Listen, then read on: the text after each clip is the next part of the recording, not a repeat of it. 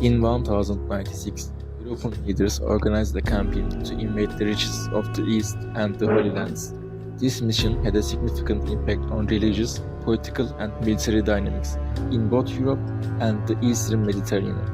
This script explores how the First Crusade changed the religious landscape, shifted the political atmosphere and alliances, and affected the military of that time. By examining these interconnected aspects of the First Crusade from different perspectives and sources, we can better understand the impact and change that took place during that period.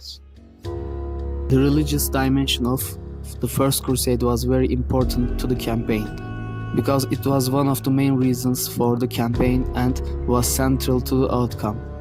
For the Christian Crusaders, this expedition was a good-oriented mission to retake the Holy Lands of Jerusalem and the Holy Sepulchre from Muslim control.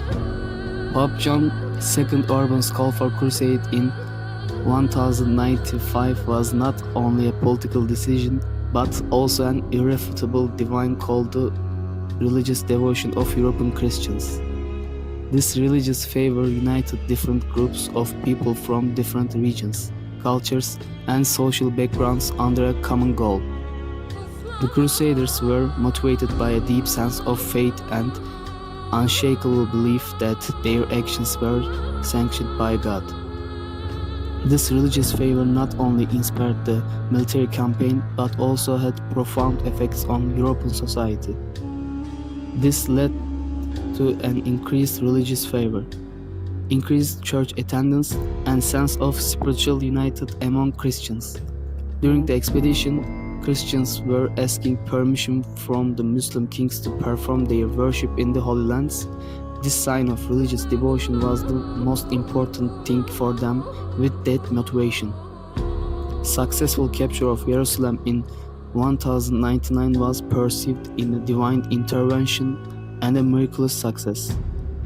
The establishment of Christians' rule in Jerusalem and the subsequent establishment of the Crusade states marks an important religious outcome of the First Crusade. The victory of Jerusalem was a very prestigious success for Christians, and Muslims would prepare for these lands again in the coming years. After the successful campaign, the clergy and the Pope strengthened their position and gained the support of the people and the king. As a result, the religious background in the First Crusade became a driving force behind the campaign and deeply affected its outcome, helping us understand once again how important religion was in world politics at that time.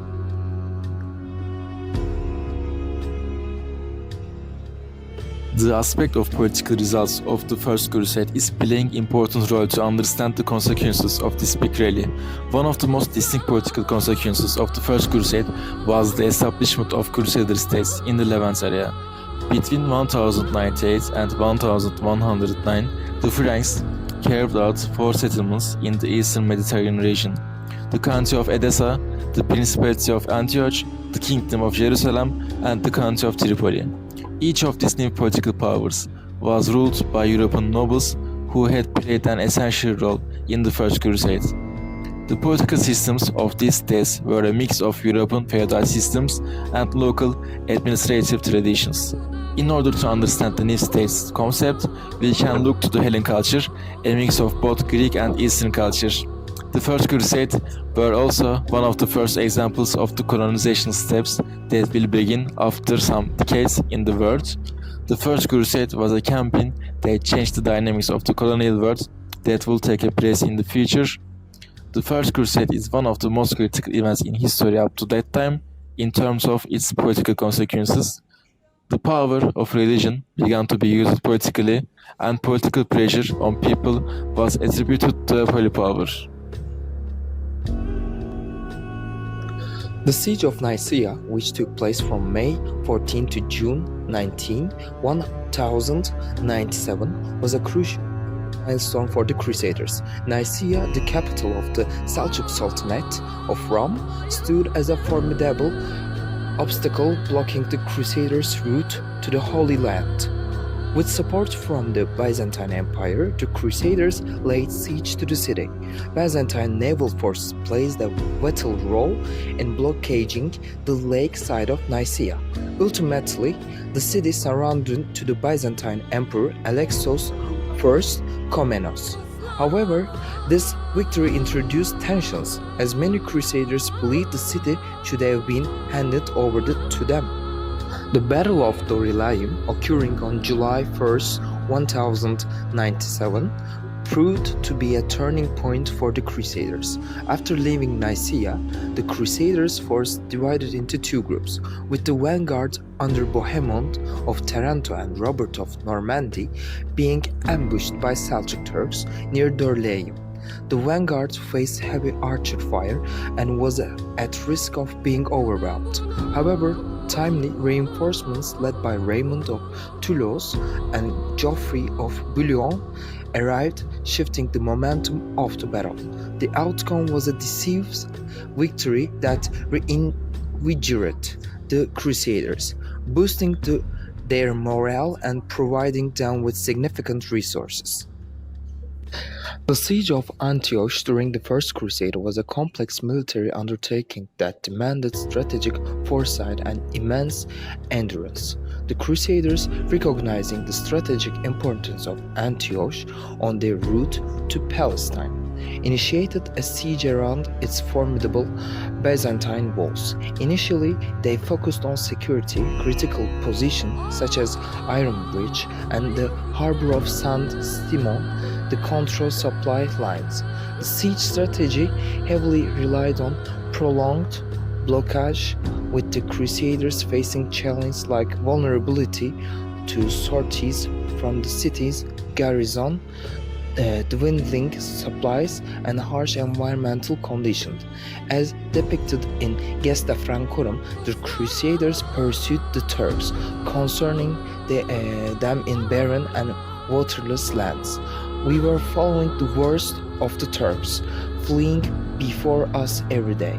But they, upon reaching all the castles or cities, deceived the inhabitants, claiming, "We have defeated all the Christians, and none of them can now stand before us. Just let us in." When they entered the cities, they looted churches, houses, and everything else, taking horses, donkeys, mules, gold, silver, and everything they could find. This passage highlights the difficulties faced by the Crusaders and underscores that siege of Antioch was a test of both military strategy and reliances. The ultimate objective of the First Crusade was the liberation of Jerusalem, a city held by the Fatimid Caliphate. The siege of Jerusalem, which unfolded from June 7 to July 15, 1099, was a grueling campaign marked by the city's formidable defenses. Through a combination of religious processions, siege engine construction, and determination, the Crusaders managed to breach the city's defenses. The fall of Jerusalem, marked by establishment of the Kingdom of Jerusalem, and was accompanied by a notorious massacres of its Muslims and Jewish inhabitants. In conclusion, the First Crusade is a significant event that left an indelible mark on medieval Europe with its profound political, religious, and military consequences. The religious fervor that fueled this campaign, arising from appeal of Pope Urban II, not only inspired the Crusaders but also profoundly influenced European society, encouraging increased religious devotion and unity. Politically, the establishment of the Crusader states in the Levant reshaped the geopolitical situation, displaying the fusion of European feudal systems and local administrative traditions. The military efforts from the siege of Nicaea to the final liberation of Jerusalem tested the endurance and strategy of the Crusaders and resulted in the establishment of the Kingdom of Jerusalem. Beyond its direct impacts, the First Crusade laid the foundation for future cultural integration between Western and Eastern civilizations, despite the complexities that arose.